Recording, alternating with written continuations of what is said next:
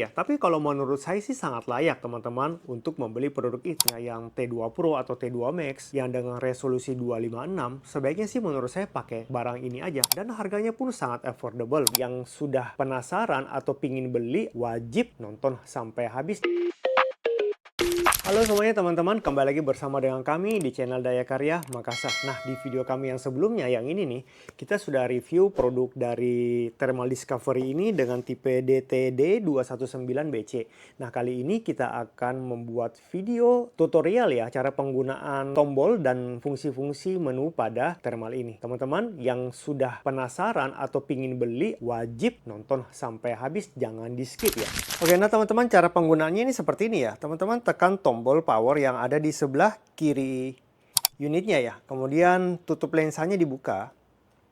Nah, pada sisi bagian depan ini bisa diputar ya. Nah, teman-teman mudah-mudahan bisa dilihat ya dari sisi kamera yang sebelah sini.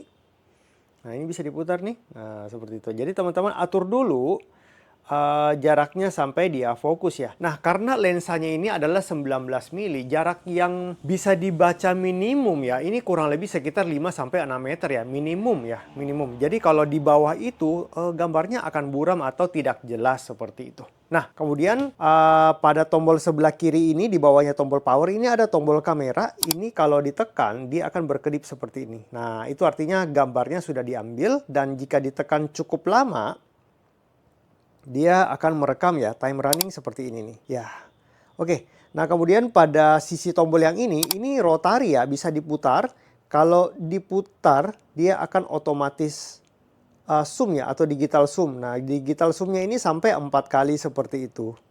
Oke, terus pada bagian sisi sebelah kanan ini, yang bagian depan yang menghadap ke layar, ini ada kotak segi 4 ya. Kalau kotak ini sih fungsinya buat ini ya, mengubah parlet ya. Nah, seperti ini parletnya, diberubah-berubah ya. Nah, kemudian ini buat tampilin, kalau yang tengah ini picture in picture, seperti ini modelnya. Nah, ada kotak kecil ya di depan. Kemudian ini buat rangefinder atau ballistic kalkulatornya seperti itu ya. Nah, jaraknya 7 meter. Udah ditentuin nih jarak tembaknya di mana seperti itu. Oke, nah ini sudah cukup jelas saya rasa buat tombolnya. Sekarang informasi yang ada di layar monitor ini ya. Nah, buat yang sebelah kiri ini indikator baterai. Yang sebelah kanan ini giroskop ya. Bawah tengah ini dengan ini giroskop. Ini XY-nya, ini X-nya, ini Y-nya seperti itu. Kemudian ini tulisan keterangan parletnya ya. Kemudian ini ballistic kalkulatornya, jaraknya berapa, dan sebelah kiri ini adalah jam, dan di bawah ini 1.0 kali adalah digital zoom-nya seperti itu ya. Oke, kalau teman-teman pengen lihat tampilan dari rangefindernya, bentuknya seperti ini nih. Nah, jadi tampak depannya seperti ini ya. Ini rangefindernya ya, ini sensornya buat kirim signalnya. Kemudian ini lensanya ya. Nah, meskipun dia thermal, tetap bisa dipakai siang hari. Tapi sangat penting buat teman-teman perhatikan, penggunaan siang hari teman-teman jangan langsung arahkan ke sumber panas. Sebab itu bisa merusak sensornya. Nah, harga sensor sendiri sih cukup mahal ya. Buat Discovery ini, informasi yang saya tanyakan, sensornya doang itu mau sekitar 4 juta sampai 5 jutaan guys. Jadi buat teman-teman, penting banget perhatikan sekali kalau mau menggunakan thermal ya. Mau pakai siang hari boleh, asal jangan langsung diarahkan ke sumber panas seperti cahaya matahari atau pantulan sinar matahari ataupun langsung ke bara api seperti itu. Oke, nah sekarang kita masuk ke tombol menu ya. Nah, untuk masuk ke tombol menu teman-teman tekan ini yang rotari ini. Yang rotari ini teman-teman putar aja ya. Misalnya ini kita kembalikan dulu ke normal. Tekan, tahan 2 detik ya. Ini udah masuk ya. Nah, keterangan yang pertama ini adalah color mode ya. Nah, color mode ini sama aja dengan tombol yang ini buat mengubah parletnya ya. Teman-teman tinggal tekan sekali, nah, berubah dia seperti itu ya. Nah, kemudian turun ke bawah ini adalah picture in picture. Picture in picture sama juga dengan tombol yang ini. Ya, seperti itu. Kemudian skin mode. Skin mode atau general ini teman-teman tergantung dari kebutuhan teman-teman sendiri. Kalau misalnya mau lebih kontras, berarti objek panas itu dia lebih gelap atau lebih merah atau lebih putih, tergantung dari parlet yang teman-teman pilih seperti itu. Nah, kemudian ini low contrast, ini general, ini high contrast seperti itu ya. Nah, ini sih kalau saya lihat ya, lihat langsung ke layar NV-nya dengan lihat langsung dari kamera, jauh lebih bagus lihat langsung ke sini sih. Karena mungkin ini adalah pantulan dari cahaya lampu ini ya. Coba deh misalnya saya matiin aja ya ini ya. Kali aja gambarnya bisa lebih jelas seperti itu. Nah, oke. Nah, selanjutnya itu bisa masuk ke sini. Tapi yang di sini lebih gelap guys. Ya, moga-moga ya. Nah, kemudian lanjut ya. Kita masuk ke sini, image brightness. Nah, image brightness ini untuk membuat tampilan target itu atau layar ini aja lebih kelihatan lebih terang aja seperti itu ya. Jadi lebih ke ya tampilan view aja seperti itulah. Nah, kalau teman-teman pergi hunting dan takut misalnya target buruannya itu lihat cahaya silau yang lebih terang atau silauan layar LCD yang terang, ya bisa dibuat kecil aja nomor 1 seperti itu ya. Ini kita buat agak terang aja buat kepentingan review ya, nomor 3 aja deh misalnya. Image contrast. Nah, image contrast ini penting banget ya teman-teman ya. Buat objeknya itu kelihatan lebih hitam, lebih darker lagi seperti itu. Nah, teman-teman tinggal tekan aja kayak gini nih.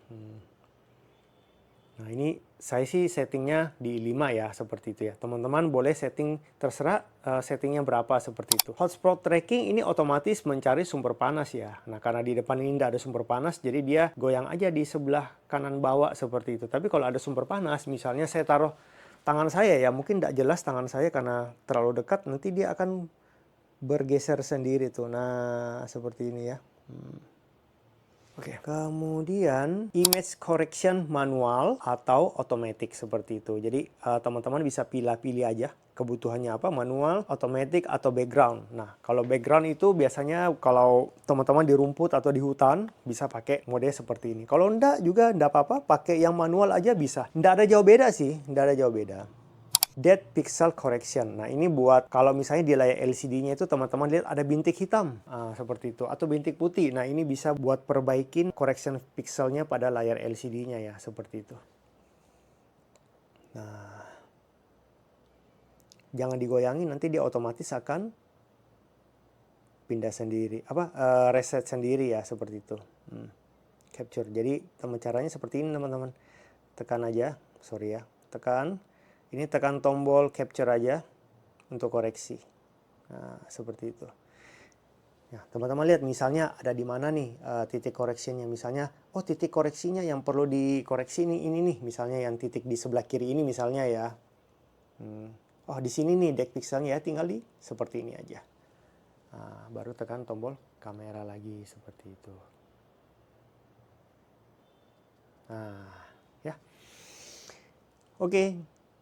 Kembali lagi, brightness ini sama aja dengan tingkat kecerahan layar ya. Nah, ini teman-teman tinggal pilih aja. Bahasa, ini hanya bahasa Inggris, Spanyol, Rusia ya. Bahasa Mandarin, bahasa Chinese ya. Ini bahasa Chinese tapi yang tradisional ya. Seperti itu. Kemudian WiFi hotspot. Nah, ini bisa juga nih koneksi dengan handphone ya. Nah, kalau teman-teman mau koneksi dengan handphone, tapi sayang banget nih, mudah-mudahan ke depan koneksinya bisa lebih bagus ya. Jadi dia koneksinya sering hang seperti itu, sering lag sendiri. Tapi nggak apa, ini kita demokan aja ya. Teman-teman untuk awal mesti install dulu aplikasi yang namanya ini nih. DVision, mudah-mudahan kelihatan nih DVision yang ini nih. Nah, ini di Google Play Store ataupun di App Store bisa pakai ya. Ini tinggal tekan.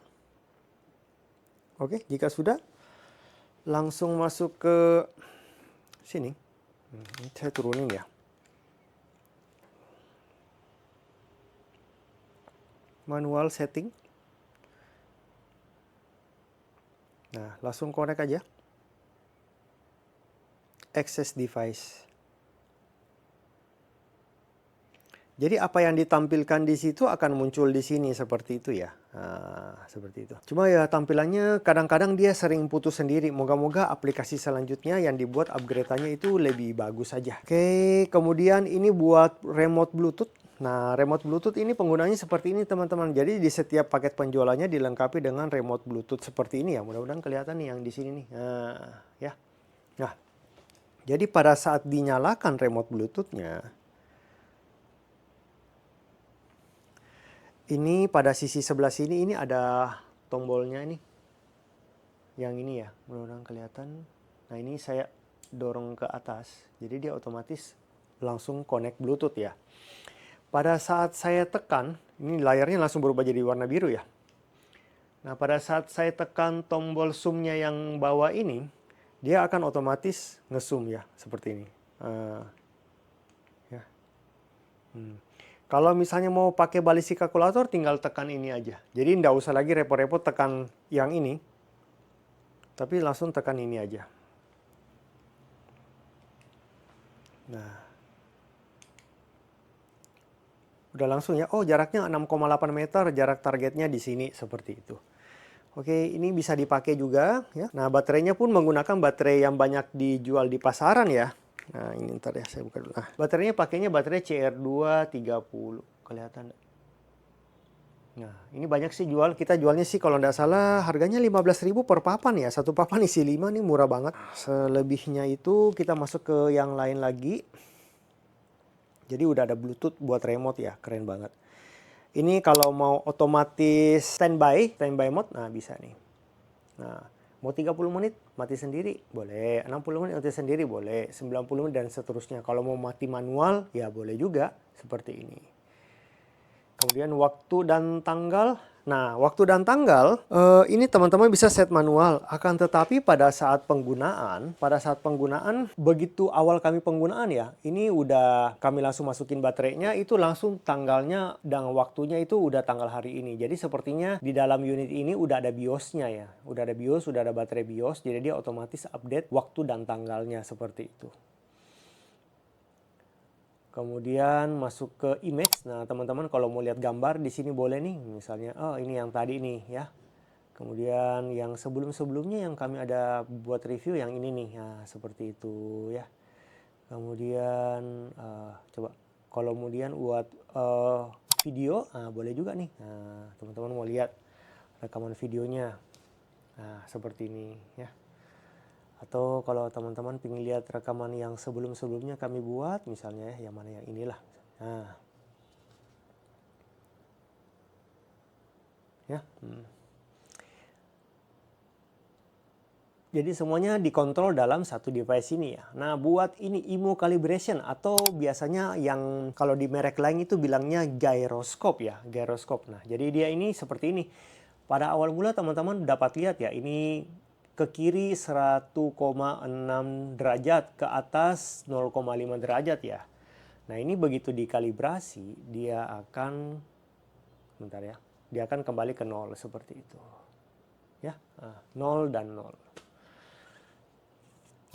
Ballistic calculator. Nah, ballistic calculator ini teman-teman dapat, kalau misalnya teman-teman bingung ya, awalnya pun saya bingung gitu ya. Ada simple, ada precise, ada record, ada BCD mode ya.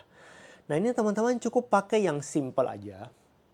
Kemudian ini teman-teman mau masukin boleh mau kode A sampai J ya, A, B, C, D sampai J.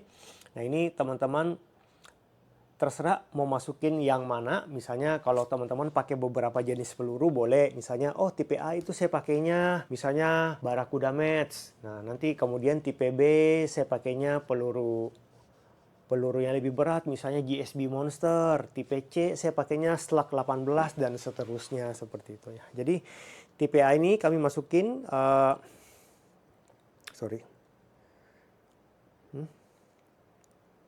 Nah, tipe A ini kami masukin yang punya Barracuda Match ya. Jadi dia beratnya ballistic coefficient 0,02. Terus power senapan ini kita udah isi ya 984 misalnya. Berat peluru itu berapa grain ya, misalnya 13 grain ya. Oke lah, kita ubah ya, misalnya dia di harus di sini ya. Kayak handphone guys, langsung main tekan aja. Nah dia itu 10,65 ya. Nah kalau 10,65 langsung aja seperti ini, 10,65 ya. Zeroing distance 17 meter karena tempat kami maksimal cuma 17 meter aja ya. Terus ketinggian scope dengan lensa ini sih setting by default 4,4 ya. Ini ndak kami ganti dulu sementara. Suhu Makassar kurang lebih 32 derajat. Altitude Makassar 16 meter. Kemudian unit setting ini teman-teman mau di otak-atik boleh, tidak juga ndak apa-apa. Contoh misalnya, ini teman-teman lebih suka pakai FPS atau MPS, ini bisa di setting ya. Kemudian berat peluru teman-teman lebih suka grain atau gram. Nah, ini bisa disetting juga seperti itu. Zero distance-nya mau pakai meter atau yard boleh juga ya, seperti itu. Nah, jika sudah, teman-teman tinggal langsung keluar aja dan sudah kelar ya. Untuk ballistic data table ini nggak usah diapa-apain, biarin aja ya. Memang no record dia. BCD reticle setting juga ini nggak usah diapa-apain, biarin aja. Ketimbang bingung nanti ya. Nah, style of POE. Nah, POE ini adalah indikator buat ballistic calculator yang menunjukkan arah jatuhnya mimis seperti itu, atau arah perkenaan target seperti itu. Teman-teman dapat pilih mau tombol X boleh, ataupun mau titik doang boleh, atau mau yang tanda panah ke atas juga boleh, seperti itu ya. Nah, misalnya kita pakai yang X aja deh misalnya. Nah, rectical. Nah, ini rectical ada hubungan dengan zeroing ya teman-teman. Zeroing. Jadi ini teman-teman dapat lihat di reticalnya, bentuk reticalnya ini sih label aja penamaan. Teman-teman mau pakai label apa boleh ya, misalnya kode A lah. Kemudian masuk di patternnya, ini reticalnya teman-teman mau bagaimana, mau reticle Christmas tree atau yang kayak mile dot doang seperti itu boleh. Mau yang half mile dot juga boleh ya, mau yang dot doang kayak gini boleh juga, mau yang duplex boleh seperti itu, mau tanpa buat spotting doang juga boleh ya. Nah, ini ada banyak sih beberapa pengembangan dari recticle-nya ya. Totalnya sih dia ada 6 recticle lah ya. Nah, distance 17 meter itu yang menunjukkan jarak target yang kita zeroing ya. Kemudian axis dan y-axis dan x-axis ini pada saat zeroing aja. Nanti kita buatin di video yang kedua ya. Video yang kedua. Nah, kemudian color palette ini teman-teman bisa gonta-ganti, mau hijau, mau merah, mau putih ya, semua bisa. Tapi usahakan cari warna yang kontras ya guys dengan POI-nya. Nah, lainnya ini gimana, bisa di style juga, mau yang halus, mau yang tebal banget, mau yang lebih soft seperti ini boleh ya. Ya, kita pilih yang gini aja lah, nomor 3 biar lebih enak dilihat ya. Nah, ini tinggal authorization lock. Kalau teman-teman pingin lihat ini connect-nya dengan device apa aja kayak gitu ya. Kemudian sistem setting ini kalau misalnya teman-teman mau kembali ke factory setting atau mau format hard disk juga boleh seperti itu. Nah, ini buat about information firmware-nya seperti itu ya. Jadi tipenya apa, resolusinya apa ya, seperti ini. Jadi buat unit ini sih keren banget ya teman-teman ya. Bentuknya sangat mini tapi semuanya dapat gitu barangnya. Cool banget. Halo teman-teman satu hobi, ada informasi krusial yang harus saya sampaikan demi kenyamanan dan keamanan kita bersama ya. Saat ini telah ditemukan peredaran produk QPB palsu di pasaran, mulai dari unit regulator hingga manometer. Secara fisik, produk tiruan ini memiliki perbedaan pada logo, detail, dan bentuk yang tidak presisi. Bahkan kami menemukan produk KW ini juga dijual oleh beberapa seller yang sudah ternama. Jadi teman-teman harus ekstra waspada ya. Warna materialnya pun terlihat berbeda jika dibandingkan dengan yang original. Nah, untuk menjamin keamanan unit kalian, pastikan hanya membeli produk QPB di toko kami, karena kami menjamin keasliannya 100%. Ingat, pengguna yang cerdas selalu memprioritaskan kualitas dan keaslian. Selain itu, bagi teman-teman yang memiliki unit teleskop Discovery atau humbucker yang mengalami kendala, silakan kirimkan saja ke tempat kami untuk kami servis. Dan untuk teman-teman yang menanyakan servis produk NVH, saat ini kami sedang dalam proses sertifikasi ya. Estimasi di bulan Juni mendatang, kami sudah siap melayani perbaikan unit teman-teman semua. Pertanyaannya, bagaimana kalau produk tersebut kami belinya bukan di Daya Karya? Teman-teman tidak perlu khawatir ya. Asalkan dari 3 brand yang tadi kami sebutkan, mau beli dari seller lain ataupun beli langsung sama kami, tetap kami terima. Nah, gimana teman-teman setelah melihat fungsi tombol? Menunya sangat gampang bukan? Bahkan sebenarnya tidak perlu diajari sih. Tidak perlu nonton video ini juga pasti sudah bisa. Asal tinggal berani tekan tombol otak-atik saja seperti itu. Nah, menurut kalian teman-teman, apakah thermal ini layak buat dibeli? Teman-teman teman-teman putuskan sendiri ya. Tapi kalau menurut saya sih sangat layak teman-teman untuk membeli produk ini. Terlebih teman-teman yang ingin membeli Thermal Master misalnya yang T2 Pro atau T2 Max yang dengan resolusi 256, sebaiknya sih menurut saya pakai barang ini aja, pakai unit ini aja. Karena apa? Karena sudah compact, udah bisa langsung teman-teman buat spotting, nggak usah lagi connect ke handphone, langsung pasang di unit juga bisa, seperti itu ya. Dan harganya pun sangat affordable, belum lagi dilengkapi dengan rangefinder dan balisi kalkulatornya. Kelemahan dari produk ini menurut saya hanya satu doang ya. Kelemahan dari produk ini sih selain dari resolusi 256x192 ya. Mudah-mudahan saran saya diterima dengan baik sama Discovery ya. Jika boleh sih fitur dari apps-nya itu diperbaiki lagi atau disempurnakan lagi. Seringkali pengguna apps menggunakan Android dan iPhone ya, itu seringkali dia otomatis bufferingnya lambat banget dan sudah seringkali itu otomatis hang dan kita mesti for restart. Jadi mesti harus auto keluar, auto for restart, hapus aplikasi keluar dan masuk kembali seperti itu. Mudah-mudahan dari pihak Discovery masukan kami dapat diterima dengan baik supaya produknya juga dapat dipasarkan dengan baik. Hanya itu aja sih, kalau misalnya tombol menu view-nya sudah sangat ciamik banget nih, jauh lebih bagus dibandingkan dengan kompetitor-kompetitor lainnya seperti itu. Nah, sekian dulu video kami kali ini. Saya Benny undur diri dan sampai jumpa di video selanjutnya. Bye!